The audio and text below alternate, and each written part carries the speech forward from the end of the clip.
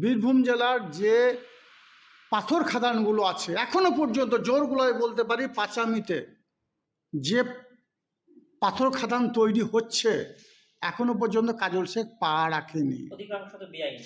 এখনো পর্যন্ত কাজল শেখ সভাধিপতি হিসাবেও ও জায়গায় পা রাখেনি। দেখাতে পারবেন কোনো ফুটেজ? আমি যাইনি। পাথরের যে মানে বেআইনি টাকা কাজল শেখ কোনোদিন নেয়নি।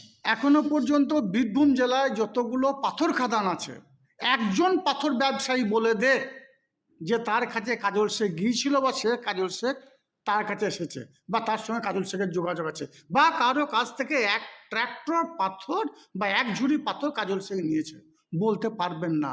কারণ আমি এটার জন্য রাজনীতি করতে আসিনি, আমি মানুষের পাশে থাকার জন্য রাজনীতি করতে এসেছিলাম, মানুষের হয়ে কাজ করার জন্য রাজনীতি করতে এসেছিলাম।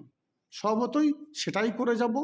হাসন বিধানসভা মানুষ 5 বছরের জন্য আমাকে দায়িত্ব দিয়েছে, আমি দায়িত্ব পালনে কিছুটা হলেও ব্যর্থ হয়েছি, এটা ঠিক। কারণ বর্তমান বাংলা রাজনীতি কোন দিকে যাবে, কোন দিকে জল গড়াবে, এটা ভাবতে ভাবতে কিছুদিন সময় আমার অতিবাহিত হয়ে গেছে। যদিও মাঝে একবার আমি গিয়েছিলাম, সবার সঙ্গে মিলে এসেছি, কন্টিনিউ প্রত্যেকটি নেতৃত্বের সঙ্গে আমার যোগাযোগ আছে এবং আগামীকাল থেকে আমি হাসান বিধানসভায় যাব, বেশ কয়েকদিন থাকবো।